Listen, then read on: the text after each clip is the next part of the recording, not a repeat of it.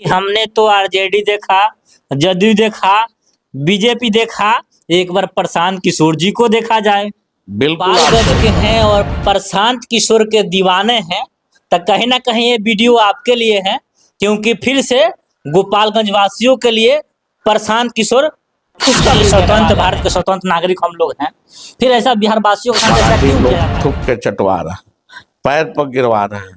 हमारे घर परिवार के लोग जो वहां रह रहे हैं उनके साथ लोगों के बीच एक नई चेतना जागृत की है कि जिस तरह से हमको दूसरे प्रदेशों में जाति धर्म मजहब के नाम पर चिन्हित करके नहीं मारा जाता है या नहीं बचाया जाता है, बिहारी के नाम से मैं भावी प्रत्याशी के रूप में हूँ। जिस दिन पार्टी अगर आधिकारिक रूप से घोषणा कर देगी उस दिन से आप खुद ही कहने लगे कि हम प्रत्याशी बन चुके हैं। अभी मैं अपने आप को प्रत्याशी नहीं कह सकता हूँ। अगर आप गोपालगंज के हैं और प्रशांत किशोर के दीवाने हैं, तो कहीं ना कहीं ये वीडियो आपके लिए है, क्योंकि फिर से गोपालगंज वासियों के लिए प्रशांत किशोर खुशखबरी देने वाले हैं। हालांकि मेरे बगल में अभी फैज सर हैं, जो कहीं ना कहीं जो प्रशांत किशोर जी हैं उनके बहुत करीबी है और बरौली विधानसभा के प्रत्याशी भी अभी वर्तमान समय में लोग बोल रहे हैं कि प्रत्याशी भी है। लेकिन क्या कुछ खुशखबरी आपको मिलने वाला है प्रशांत किशोर द्वारा? ये गोपालगंज वासियों के लिए तमाम चीजें पे चर्चा होगा और प्लस बरौली विधानसभा से जुड़े एक दो सवाल भी होगा। सर बहुत बहुत स्वागत है।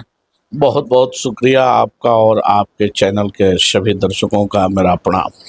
क्या खुशखबरी है सर प्रशांत किशोर से लेकर गोपालगंज में?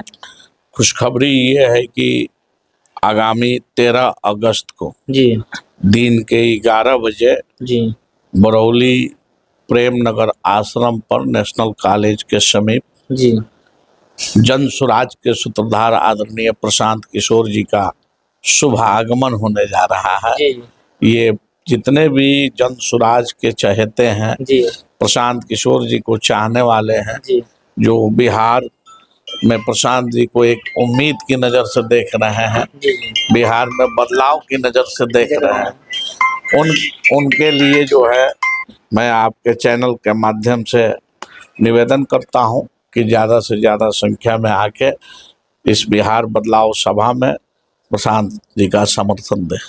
चलिए, यानी बिहार बदलाव सभा से लेकर प्रशांत किशोर जी का आगमन 13 अगस्त को प्रेमनगर आश्रम पर नेशनल कॉलेज के समीप होने वाला है, तो कहीं सादर आप आमंत्रित हो सकते हैं आराम से।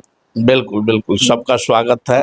भारी से भारी संख्या में हम लोगों का लक्ष्य है कि केवल बरौली विधानसभा से कम 20 से 25 हजार लोगों को वहां इकट्ठा करें। इकट्ठा तो हो ही जा रहा है लोग सर, कुर्सी और बारिश में कुर्सी माथे पर लेकर लोग खड़ा होकर उनका भाषण सुन रहे हैं, तो कहीं ना कहीं ये बिहार बदलने की दीवार दिख रही है।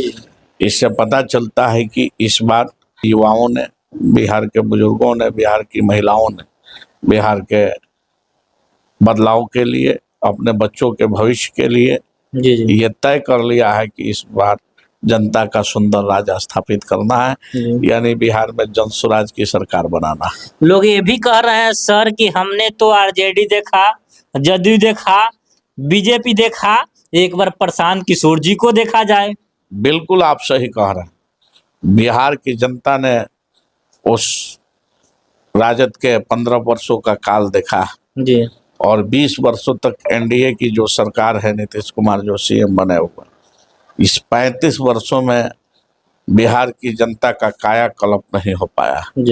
बिहार जो है अपनी बेबसी पर आंसू बहा रहा है। यहाँ के नेताओं ने जो है इन 35 वर्षों में बिहार को मजदूर सप्लायर स्टेट बना के रख दिया है। सबसे सस्ता अगर मजदूर किसी प्रदेश को चाहिए तो भैया बिहार से मंगा लो।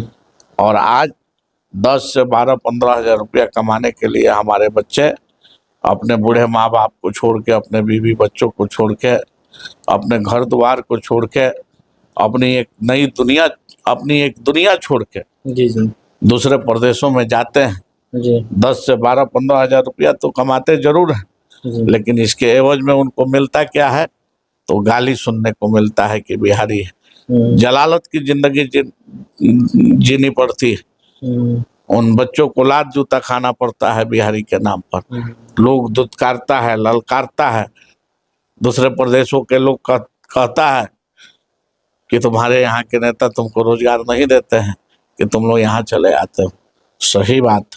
अगर ये लोग 35 वर्षों में एनडीए के लोग या राजद के लोग अगर बिहार की जनता को बिहार में ही रोजगार दिए होते तो कोई शौक से बाहर नहीं जाता है, मजबूरी में लोग पलायन करते हैं। आखिर क्यों सर? मान लीजिए स्वतंत्र भारत के स्वतंत्र नागरिक हम लोग हैं, फिर ऐसा बिहार वासियों के साथ ऐसा क्यों किया जाता है? क्योंकि ये भी तो भारत के अंदर ही आएगा बिहार। इसकी गरिमा को गिराने का काम इन नेताओं ने किया, जिसका खामियाजा बिहार के लोगों को झेलना पड़ता है जी। अभी आपका ध्यान आकृष्ट कराना चाहता हूँ, महाराष्ट्र में क्या स्थिति है।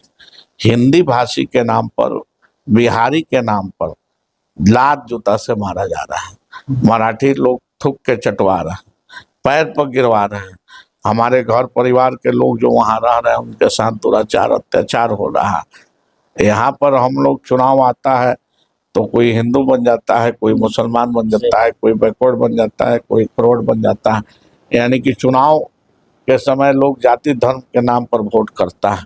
लेकिन बिहार के लोगों ने इस बार ये सोचा, ये मूड बना लिया है और इस चीज को जनसुराज ने लोगों के बीच एक नई चेतना जागृत की है कि जिस तरह से हमको दूसरे प्रदेशों में जाति धर्म मजहब के नाम पर चिन्हित करके नहीं मारा जाता है या नहीं बचाया जाता है, बिहारी के नाम पर पीटा जाता है।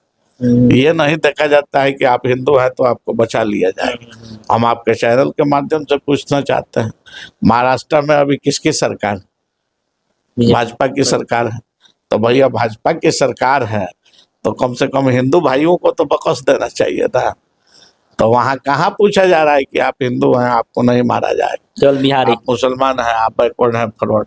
बिहारी के नाम पर, हिंदी भाषी के नाम पर हमारे लोगों के साथ अत्याचार हो रहा है।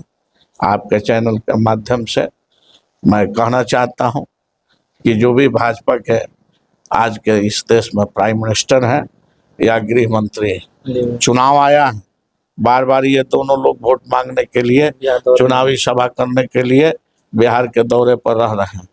लेकिन ये बताने का काम करेंगे कि बिहार के लोगों को जहां उनकी सरकार है वहां क्यों मारा जा रहा है, क्यों थूक के चटवाया जा रहा है, हमारी माँ बहनों के साथ क्यों अत्याचार दुराचार किया जा रहा है। इसलिए मैं कह रहा हूं कि जन स्वराज आएगा तो सबसे पहला काम ये होगा कि 10 से 15 हजार रुपया कमाने के लिए अब बिहार के युवाओं को मजबूरी में